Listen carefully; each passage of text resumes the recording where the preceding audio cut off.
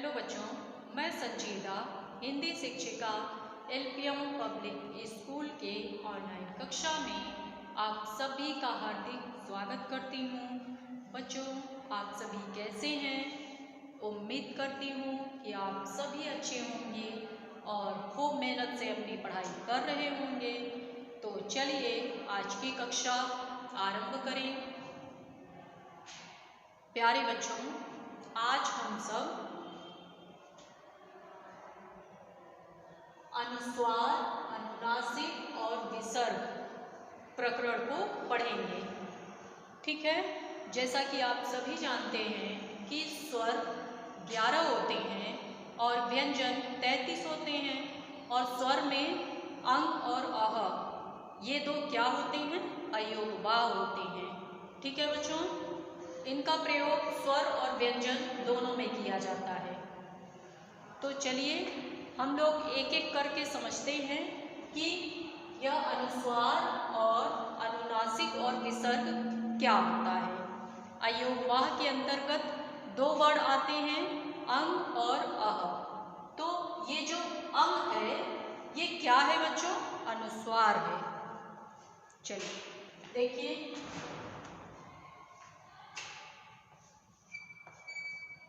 अनुस्वार किसे कहते हैं? अंग को। इसकी जो मात्रा लगती है शिरोरेखा के ऊपर लगती है। ठीक है। और अनुनासिक यह क्या है?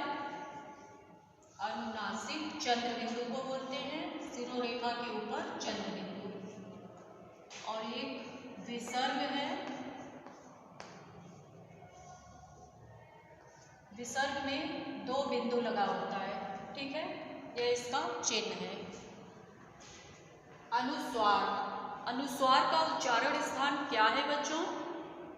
अनुस्वार का उच्चारण नाक के द्वारा किया जाता है। जैसे डंडा, बंदर। ठीक है, यहां पर देखिए, डंडा और बंदर। और क्या है? पतंग। ठीक है बच्चों, ऐसे बहुत सारे शब्द हो जाएंगे। तो अनुस्वार का प्रयोग, ये जो शब्द है शिरोरेखा के ऊपर एक बिंदु लगा हुआ है, यही अनुस्वार की मात्रा है। इसका प्रयोग हम लोग नाक के द्वारा करते हैं। इसका उच्चारण कैसे? डंडा। अगर हम अपनी नाक बंद करके बोलेंगे डंडा तो नहीं बोल पाएंगे। आप सभी बोलकर देखिए, डंडा नहीं बोल पा रहे हैं। ठीक है, तो इससे आपको पता चला कि इसका उच्चारण नाक के द्वारा होता है। डंडा, बंदर। ठीक है, इसी प्रकार ये जो अनुनासिक है चंद्र बिंदु, इसमें इस चंद्र बिंदु का उच्चारण स्थान क्या है? नाक और मुंह दोनों के द्वारा हम इसका उच्चारण करते हैं। जैसे चांद, दांत। ठीक है, सांप आदि बहुत सारे शब्द हो जाएंगे। चांद, चांद बोलते समय हमारा मुख भी खुल रहा है और नाक से भी हवा निकल रही है। ठीक है, अगर हम नाक बंद करके बोले तो ये भी नहीं बोल पाएंगे। अनुनासिक में नाक और मुंह दोनों के द्वारा उच्चारण होता है। ठीक है बच्चों, समझ में आया? और ये विसर्ग क्या है? विसर्ग का जो उच्चारण होता है यह आहा की तरह होता है। ठीक है, जैसे प्रातः। विसर्ग का प्रयोग हम लोग संस्कृत के शब्दों में करते हैं। प्रातः, अतः, नमः आदि। ठीक है बच्चों, इतना समझ में आ गया आप सबके?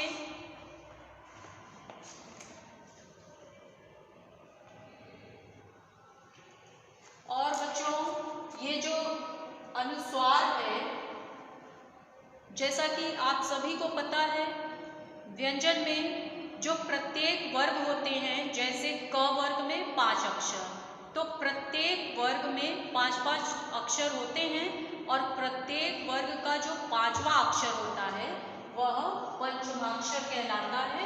उसका उच्चारण अनुस्वार की तरह होता है। जैसे देखिए क वर्ग में कितने वर्ड आते हैं? क, ख,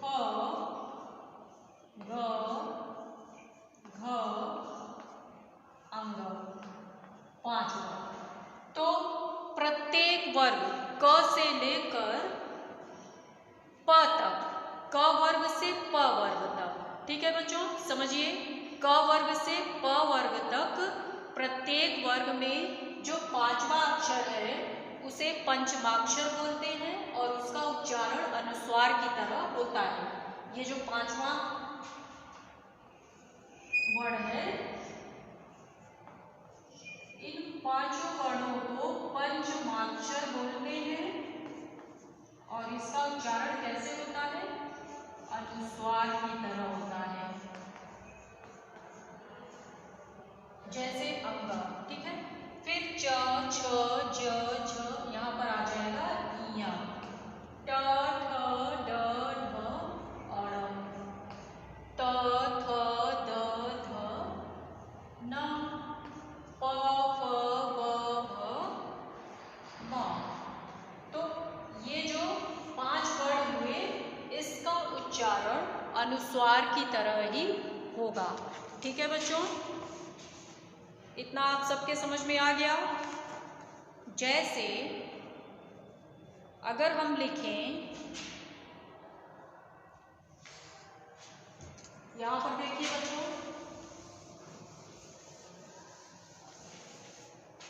अगर हम लिखें पंख, पंख, प पर अनुस्वार है पंख, तो ये जो पंचमाक्षर है पंख हम ऐसे भी लिख सकते हैं। ठीक है, पहले लिख लें, इसके बाद बताते हैं आप सबको। पंख, एक है पंच,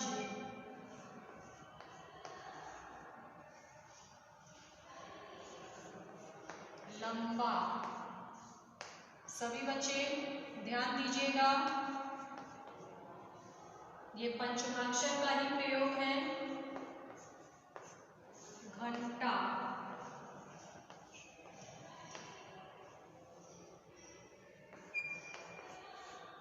सुंदर,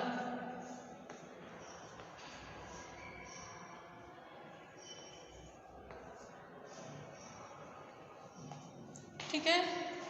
देखिए ये जो हमारे प्रत्येक वर्ग के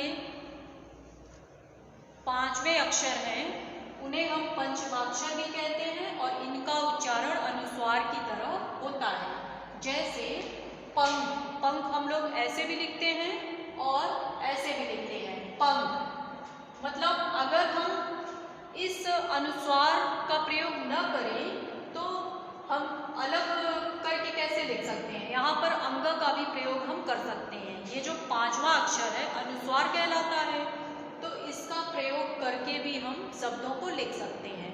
और नीचे हलंत यहाँ पर लगा हुआ है, इसका मतलब ये मात्रा है आधा। ठीक है, पंख। और पंच, अगर ऐसे हम पंच न लिखें तो ऐसे भी लिख सकते हैं, इया। ठीक है, ये अंग कहाँ से आया इसको आप समझिए। प्रत्येक वर्ग के अपने अलग अलग नियम हैं। क, ख, यहाँ पर ख है ना, ख पंख, तो इसके पहले से वर्ड काउंट करिए, क, ख, ग, घ, अंग। तो अनुस्वार के लिए हम यहाँ पर अंग का प्रयोग किए। और यहाँ पर पंच है, च वर्ग है। ठीक है, तो च वर्ग का पंचमाक्षर क्या होगा? इया, च, छ, ज, छ, इया। तो ये अनुस्वार का प्रयोग अगर हम यहाँ पर नहीं करेंगे तो यहाँ पर हम इया को अनुस्वार के रूप में लिख सकते हैं। ठीक है, फिर ब, ब किस वर्ग का है? प वर्ग का। प, फ, ब, भ, म। तो अगर हम लंबा इस तरह से लिखे हैं और हमें दूसरे तरह से लिखना है पंचमाक्षर का प्रयोग करके, तो हम यहाँ पर म लिख सकते हैं। म कैसे आया? क्योंकि प वर्ग का जो पांचवा अक्षर है वो म ही है। लंबा हम ऐसे भी लिख सकते हैं और ऐसे भी लिख सकते हैं। इसी प्रकार घंटा, ठीक है, घंटा। तो ये जो ट वर्ग है, ट वर्ग का पांचवा अक्षर क्या होगा? अड़, ट, ठ, ड, ढ, अड़, ये वाला। तो हम घंटा इस तरह भी लिख सकते हैं और इस तरह भी लिख सकते हैं, ठीक है। इसके बाद है सुंदर। तो द वर्ग जो है, द, ट, थ, द। तो त वर्ग का पंचमाक्षर है त, थ, द, ध, न। तो इस तरह से सुंदर हम ऐसे भी लिख सकते हैं और ऐसे भी लिख सकते हैं, ठीक है बच्चों। तो उम्मीद करती हूँ कि आप सभी को समझ में आ गया होगा अनुस्वार, अनुनासिक और विसर्ग, ठीक है। इसे आप सब अच्छे से अपनी कॉपी में लिखकर याद कर लीजिएगा, ठीक है बच्चों। तो चलिए आज के लिए बस इतना ही। धन्यवाद।